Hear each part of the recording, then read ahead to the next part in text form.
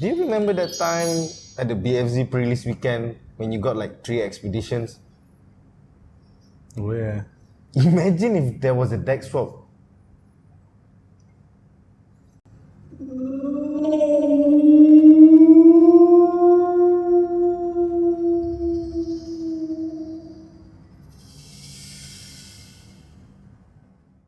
Hey, wait a minute. They changed it already, right? Really? Damn.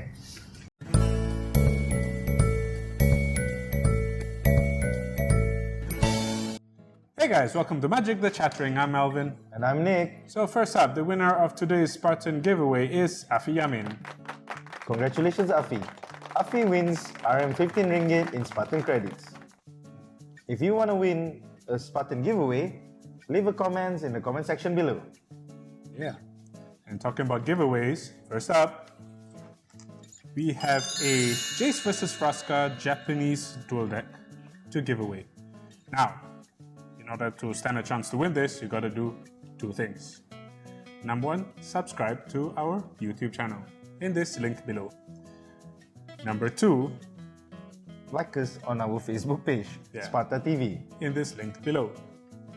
Number 3, I said 2 things, right? Yeah, you did So say actually, 2 that was a things. hidden one. There's 3 things. So number 3, share our video from Sparta TV on Facebook. So this giveaway will be on for the next 3 episodes of Magic the Chattering. At the beginning of November's episode, we will be revealing the winner for our Jace vs Vraska duel deck. Yeah. So guys, just get sharing on Facebook and subscribe to our YouTube channel. First up is the announcement that there will no longer be any deck swapping in Grand Prix and Pro Tour? In all premier events. In all premier events. We're talking about Grand Prix, Pro Tours, and RPTQs and so and so. So yeah, being the super expedition guy. Yeah. And What do you also think of being the guy who usually opens up shit during all these major events. Yeah, what do you think? I am sad and happy at the same time. Well, I think from a competitive standpoint, I like the fact that if you open a foil Tamurgoyf or an expedition, you wouldn't have to drop. Yeah, you can still continue playing with your fall Tamagotchi. Because it defeats the purpose to wake up so early on a Sunday morning, drive all the way to the event site, crack a foil chase rare, and then drop. Yeah. That's like... But on the flip side, if you're going to open up a shit pool, you're going to open up a shit pool. So there's no helping that. I guess it's better to be lucky than good. Moving on. Weekly metagame update. So tell me, what happened in the previous SCG Atlanta? Well, SCG Atlanta is week 2 of the BFZ standard season. Surprisingly, there was no new deck tag. It was more of a solidifying of the meta. The top 8 was basically made out of 4 Jeskai decks, where 3 of them were Jeskai Black, 1 of it was Jeskai Dragon, and 4 Green X decks, where 3 of them were Green White Megamorphs, and 1 of it was Bun Megamorph. So let me just break this down. The top 8 was 2 decks. That's it. Yeah, but if you look at the top 16, then it starts getting a little bit exciting. We have the winner from last weekend's SCG Indy. There was 2 Atakarids. There's 2 Jeskai decks. Both of them were Jeskai Black. 2 Green-White Megamorph decks. 1 Madu Dragons. And 1 5-color control by Ali and Trazi. So is it the same as the Bring to Light version? Nah, this is the non-Bring to Light version. So, like, Converge was just a fluke? Well, it was playing Radiant Flames, so I gotta say Converge is still there. Just we're seeing the KTK clans, you know, since they have so much support from KTK, being more in the limelight. You know. No Abzan aggro. Well, funnily enough, the first instance of an Abzan aggro in the top 32 was in 19th place. How far has the mighty fallen? Before this, Asperv used to be able to gum up the ground and then like stop threats, and then eventually you ulti and then you win. Now, the main reason for Green-White Megamorph being so powerful is the fact that there's no more Elspeth. So it was truly a hero's downfall.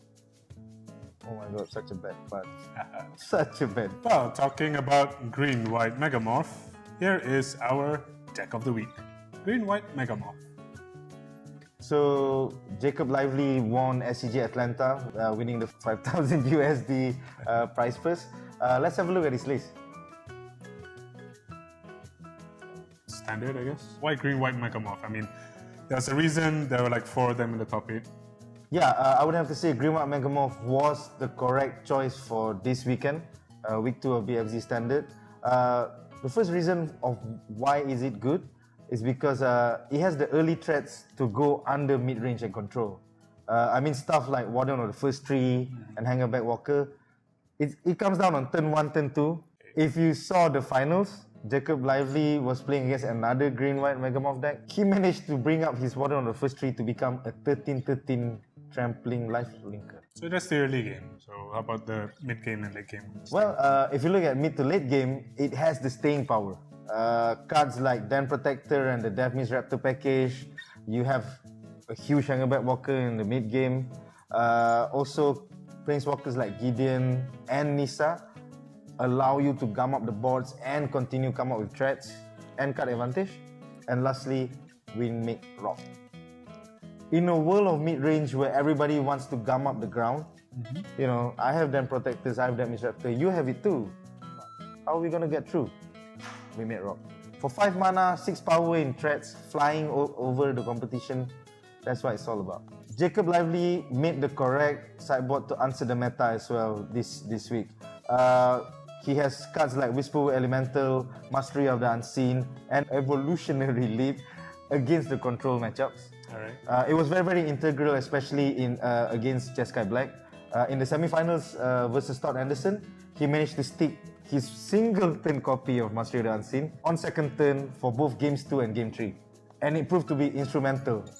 Then against Aggro, sideboard plan for Atakari was superb. He had 2 Gideon's Reproach and 3 Surge of Righteousness.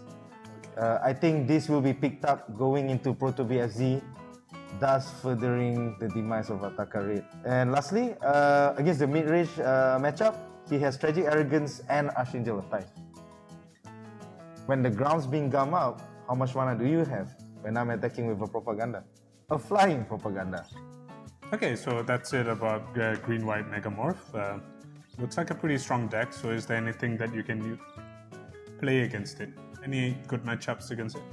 Of course, now that the meta has solidified into Jeskai Black and green-white Megamorph, which are both very mid-rangey and slow, there's 3 ways to defeat or to beat this strategy. Number 1? Number 1 is you go over. You know, flyers. That's the key to beating green-white Megamorph. So Esper Dragons. Yeah, Esper Dragons is very well positioned going into Pro Tour BFZ. Right. Also, Jeskai Dragons and Mardu Dragons. Number 2? Number 2, if you can exile their threats permanently, you're gonna win in the long run. I mean, shit like Hangerback Walker, Death Means Raptor, there's answers for these threats in the meta right now that nobody's using. Stuff like Titan's Presence, stuff like Complete Disregard. We saw Silk Wrap being used a lot over the Atlanta weekend. And the other main one that people are not using right now, Stasis Snare. Right, so the third method? Well, my most favorite method, you go under. I.e., you be faster than the green-white Metamorph deck. Yes, of course. Martin Dang's classic Ataka Raid deck. So if everybody is expecting that Ataka Raid is going to be all in into one big threat, why don't you just go wide? Make like 5 threats. You go wide, you go faster, you go under them, and then you beat the shit out of them. So that's green-white Megamorph in a nutshell, folks. So keep a lookout for this deck because I think it's actually going to be the next absent deck. As in, it's going to be a deck that's going to stay in the metagame for quite some time. So what do you think will top it in Pro Tour BFZ? Well, of course, we're going to see the meta's current favorite deck feature in the top 8. That'll be green-white Megamorph. I think about 1 to 2 green-white Megamorph will make it into the top 8. But besides that, you know, these are the best players in the world.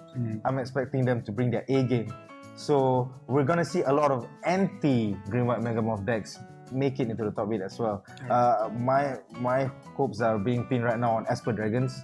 I think most of the good players are going to go with Esper Dragons. Variations of Jeskai, like Jeskai Aggro or Jeskai Black or Jeskai Dragons. And lastly, maybe Mardu Dragons. Alright. So, apart from these Megamon? We might see a very good Eldrazi Ram deck. It might be Naya Eldrazi Ram, it might be Abzan Eldrazi Ram or Jan Eldrazi Ram. The basic idea is if you go mono green, you don't have the board wipe. So you have to splash into either Raid for Radiant Flames, my favorite card, or black for Languish, or white for the Wrath of God variants, and Hostilities, Planar Outburst, or Tragic Arrogance.